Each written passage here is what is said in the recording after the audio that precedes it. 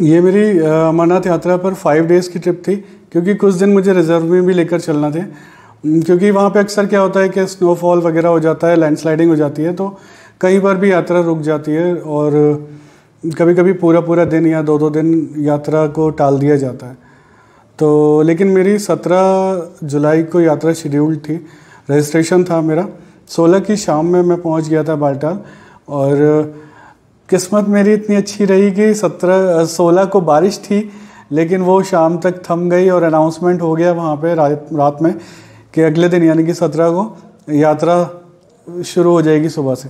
तो सुबह 4 बजे मैंने घोड़ा से अपनी यात्रा को स्टार्ट किया, और बहुत आराम से, बहुत अच्छे से, सारी इतनी खूबसूरत वादियाँ आपको मिलेंगी रास्ते में, उनके नज़ारे लेते हुए, ब्लॉग बनाते हुए, और मतलब उन पिक्चर्स को, उस खूबसूरती को ना मैंने अपनी आँखों में एकदम बसा लिया था।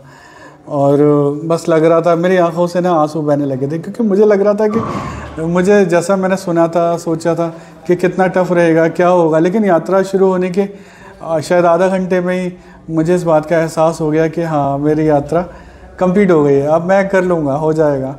तो उस खूबसूरती को मैंने आँखों में अपना इस तरह से बसाया और अपने कैमरे में भी उसको कैप्चर किया। मेरी स्क्रीन पर अगर आप मेरे यूट्यूब का चैनल को देख रहे होंगे लिंक को, तो आप उस पर जाइएगा, तो मेरे लास्ट ईयर के सारे व्लॉग आपको दिखाई देंगे यात्रा से रिलेटेड, और आपको बहुत हेल्प भी करेंगे।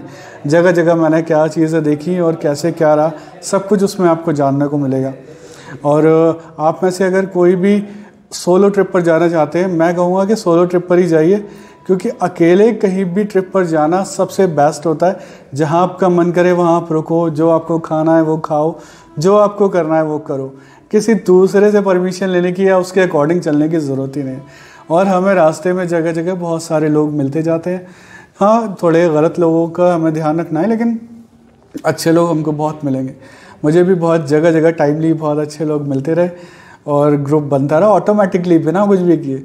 तो आप भी करिए। और अगर आप में से कोई भी सोलो ट्रिप पर जा रहे हैं या फिर 1-2 लोग फ्रेंड जा रहे हैं पहली बार और हेजिटेट हो रहे हैं किसी भी वजह से, आपके मन में कोई भी क्वेरी है, क्वेश्चन है, कभी कभी हमारे पास एक ऐसे क्वेश्चंस भी होते हैं जो हम पूछ नहीं पाते किसी से, क्योंकि हमें लगता है कि यार हम पूछेंगे तो कहीं हमारा मजाक ना बने, क्योंकि ये क्वेश्चन बहुत लगता है सिली सा है, लेकिन वो सिली क्वेश्चन ना कभी कभी ऐसे पॉइंट पर आपको अटका देगा आगे जाके कि आप सोच में पड़ जाएंगे, डिसाइड नहीं कर पाएंगे कि हमें करना क्या है। तो आपके पास सिली क्वेश्चन हो, फनी क्वेश्चन हो या कोई भी अच्छा क्वेश्चन हो, आप मेरे किसी भी वीडियो पर जाकर अपना क्वेश्चन पोस्ट कर दें, मैं आपको ज़रूर आंसर करूंगा। मैं अपने एक्सपीरियंसेस आपके साथ ज़रूर शेयर करूंगा।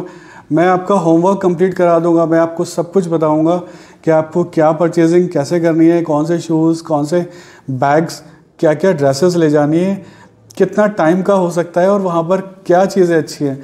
क्योंकि इतनी दूर जब हम जाते हैं तो मुझे नहीं लगता कि हमें ये सोचना चाहिए कि हम फिर से आ जाएंगे, क्या पता हम फिर से लाइफ में वहाँ जा ही ना पाएँ।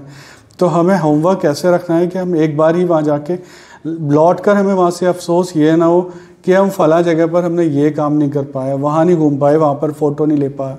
मैं लौट कर आया और मुझे बिल्कुल भी अफसोस नहीं है कि मैंने ये काम नहीं किया। मैंने जो चाहा वो किया, जहाँ पर घूमना चाहा, जहाँ पर बैठना चाहा, जो वादियाँ देखनी चाहिए, मैंने सब कुछ किया।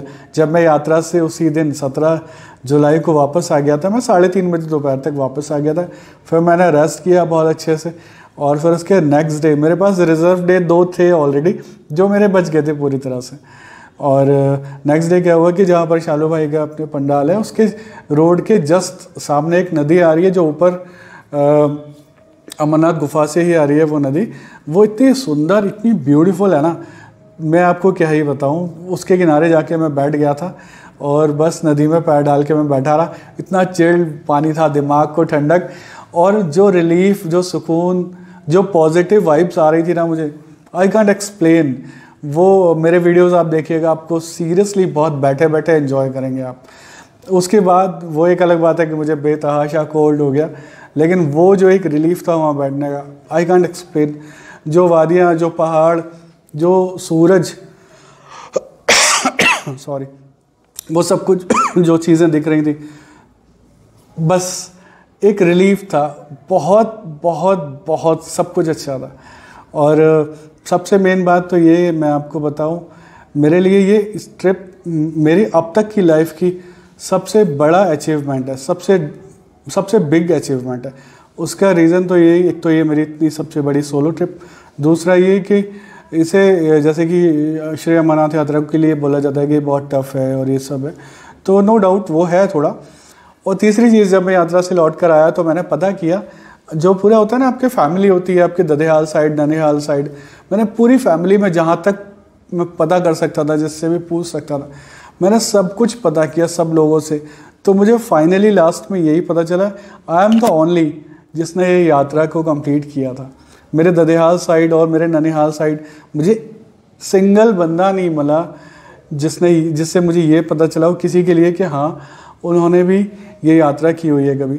तो मुझे अपने ऊपर और भी ज़्यादा प्राउड हुआ कि वाकई मैंने कुछ बहुत ही बड़ा अचीव कर लिया अपनी लाइफ में। सारे लोग मुझसे पूछ रहे थे एफबी पर और आगे जो भी दिखता था, अरे आप अकेले चले गए? आज भी 1 साल होने को आया और लोग मुझसे कहते अरे अकेले कैसे चल गए तुम वहाँ ट्रिप पर?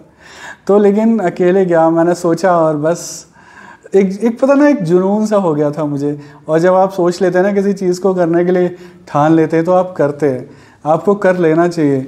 ऐसा नहीं है कि हम सोच रहे हैं कि अरे हम वहाँ जाएंगे और हमें ये काम करना है, लेकिन किस्मत में हुआ तो हो जाएगा, और फिर हम बैठे आराम से, नहीं जा पाए, फिर हम कहते फिर रहे लोगों से अरे किस्मत में ही नहीं था तो हम नहीं जा पाए।